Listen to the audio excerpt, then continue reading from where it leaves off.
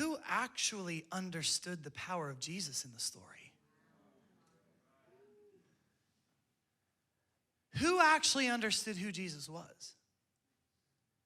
Oh, now I'm starting to understand something about faith.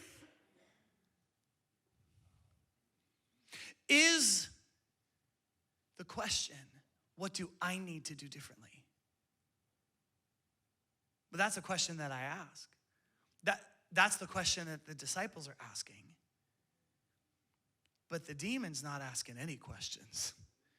The demon's just responding to who Jesus is. Because the demon knew who Jesus was. He knew. And Jesus says, there's no ifs. Because do you know what if implies? If implies, if you'll do it for me. And it's putting all of the emphasis back on me. And that's what the disciples are doing too, and that's what the teachers of the law are doing too. Their faith isn't really in who Jesus is. Their faith is in what they're doing in order to get Jesus to do what they want. Their faith is not in who Jesus is. Their faith is in what they're doing in order to get Jesus to do what they want. And that is a huge difference. Is my faith in who he is, or is my faith in what I'm doing that I think will get him to approve of me, appreciate me, like me enough to do what I want him to do? But the problem is, if my faith is in me and my rituals and my prayers and my abilities, then it's not in him. And the demon didn't have that issue.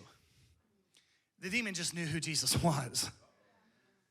And I think the question, I need more power, is the wrong question. Because it's not about me. And a lot of us are trying to get something from God because we're trying to do things that we think will get God to do whatever it is that we want him to do. And it's fine, I get it, we come by it honestly. In fact, that's what all religion teaches you. Pray this way, go through this ritual, go to church this many times, do X, do Y, do Z, and then maybe he'll do it for you. And where's all the emphasis? On me. God, how do my prayers become more effective? God, how can you use me? And then the moment that he starts to use us, we're like, oh, I feel used by the church. It's like, didn't you say you wanted to be used? Well, the reason why we react that way is because it's about us. It's about me.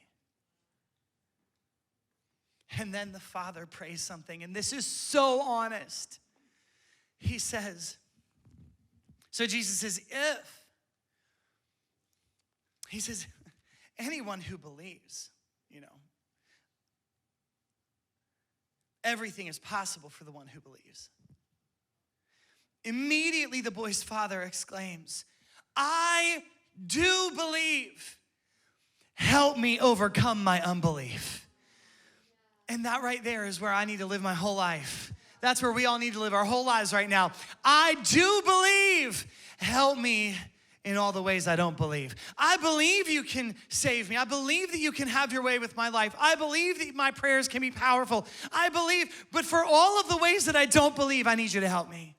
Isn't that so honest?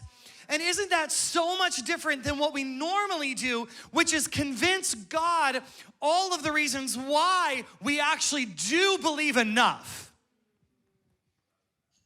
Well, Jesus, I'm trying my best.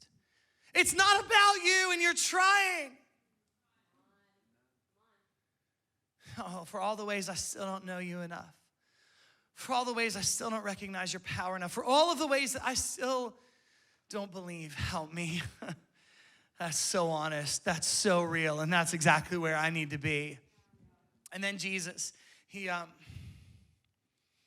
saw that the crowd was running to the scene because they wanted to see a spectacle. And he rebuked the impure spirit. You deaf and mute spirit, he said, I command you, come out of him and never enter him again. And the spirit shrieked, convulsed him violently, and came out.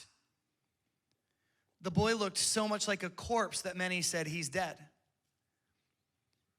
But Jesus took him by the hand and lifted him to the feet, and he stood up.